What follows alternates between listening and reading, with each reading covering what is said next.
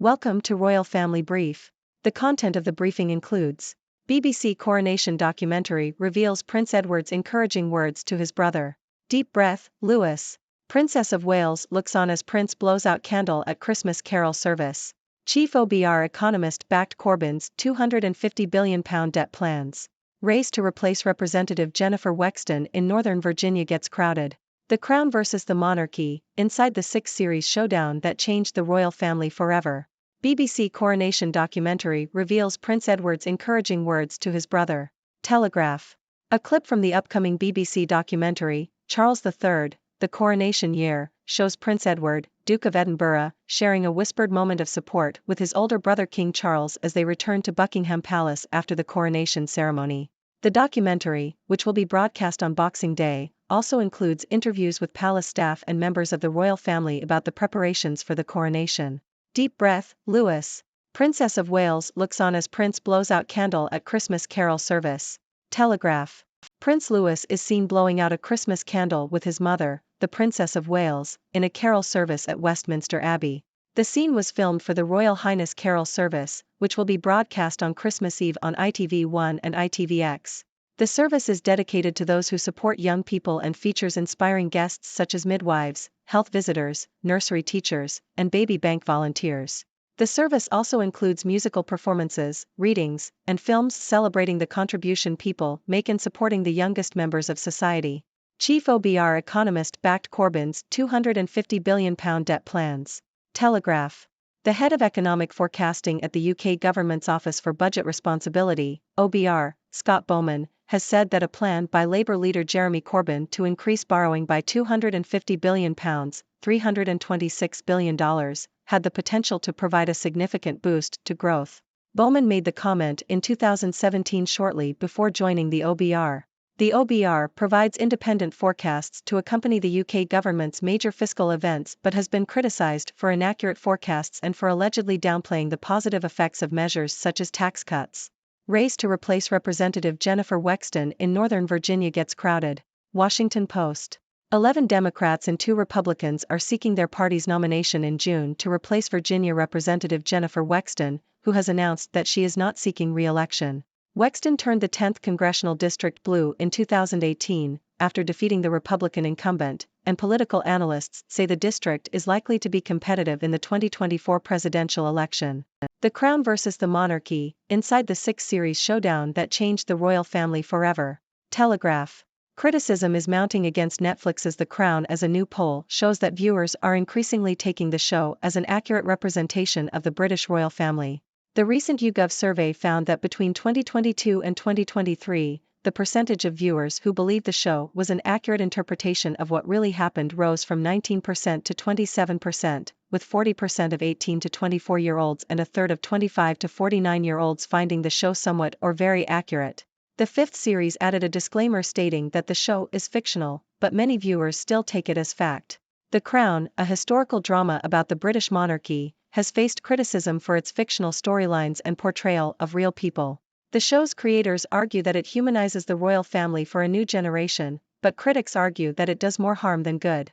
The show has won numerous awards and has been praised for its acting and production values, but the controversy surrounding its accuracy has been a constant source of debate. The YouGov poll also revealed a generational divide in viewers' perceptions of the show, with younger viewers more likely to believe its storylines are true. The monarchy has been losing popularity among younger generations, and the show's depiction of the royal family could be contributing to this trend. The Crown has been a major hit for Netflix, but its impact on public opinion of the monarchy remains a subject of debate. Justin Welby couldn't remember his lines during King's coronation rehearsals. Telegraph. A new BBC documentary has shown the Archbishop of Canterbury, Justin Welby, forgetting his lines during rehearsals for the coronation of King Charles III. The clip shows the Archbishop fluffing his lines to a blessing and admitting, "I have a memory that is probably about as good as our spaniel's, in other words, zero." The documentary, Charles III, The Coronation Year, also includes footage of King Charles and Queen Camilla joking and laughing during dress rehearsals. Prince Harry wins phone hacking case, what to know about bombshell ruling. The Hill opinion. Prince Harry has won his phone hacking case against Mirror Group newspapers, MGN, with a judge ruling that journalists and private investigators employed by the Daily Mirror unlawfully hacked the prince's phone and invaded his privacy. The ruling has been described as a landmark decision, as it reveals the extent of phone hacking at the tabloid press in Britain. Harry was awarded £140,000 in damages. The case could have wider implications for other individuals who have sued MGN, potentially costing the company significant sums of money. Years after Princess Diana's death, people still adore her, the psychology behind her everlasting appeal. Yahoo! Princess Diana continues to be a globally popular figure even though she died in 1997. She is beloved by women the world over. And a 2017 poll found that she's the royal most Skype users, i.e., millennials, would like to interact with, while another named her as the dead person that Britons would most love to meet, coming second only to Jesus Christ.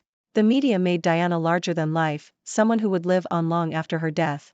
The media psychologists explained that during her lifetime, Diana was put on a pedestal and transformed into a cultural icon turned tragic heroine, like Marilyn Monroe. She was set as a modern-day Disney princess by the media and elevated to the status of an icon, Forster says.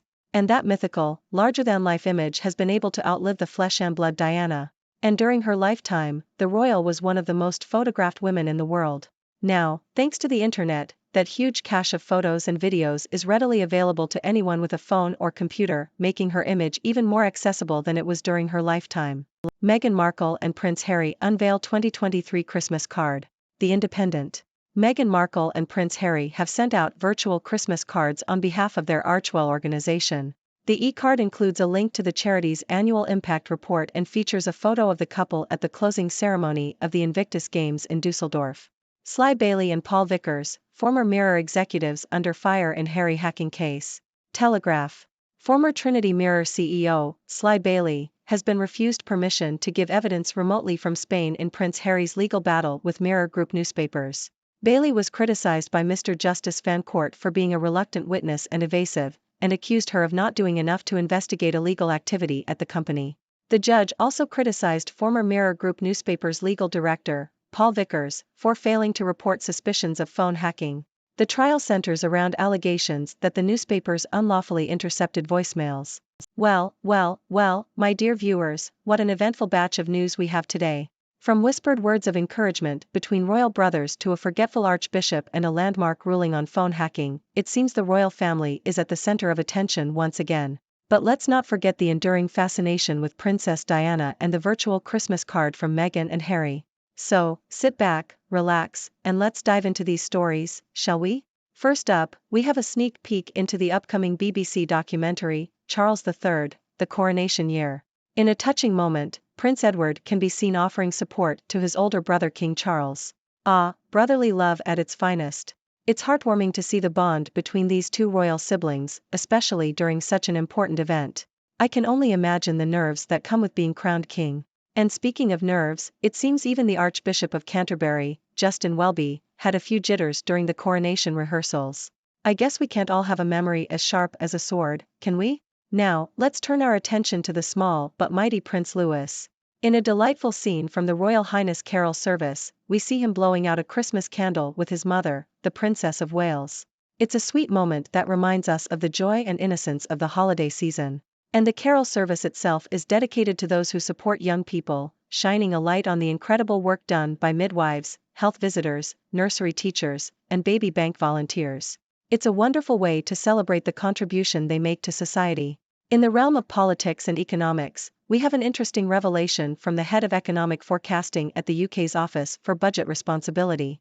Scott Bowman, before joining the OBR, expressed support for Jeremy Corbyn's plan to increase borrowing by £250 billion. Now, I'm no economist, but it seems this plan had the potential to provide a significant boost to growth, according to Mr. Bowman. I suppose we'll have to wait and see if this support holds true in the long run. Shifting gears to the world of politics, we have a crowded race to replace Virginia Representative Jennifer Wexton. 11 Democrats and 2 Republicans are vying for their party's nomination, as Wexton has announced she will not seek re-election. It seems the 10th congressional district will once again be a battleground in the upcoming 2024 presidential election. The political landscape is always changing, isn't it? Now, let's talk about the show that has everyone talking, The Crown. It seems viewers are increasingly taking the series as an accurate representation of the British royal family. But let's not forget, my dear viewers, that this is a fictional drama. Yes, it may humanize the royals for a new generation, but it's important to remember that it's not a documentary. Nevertheless, the controversy surrounding its accuracy continues to spark debate.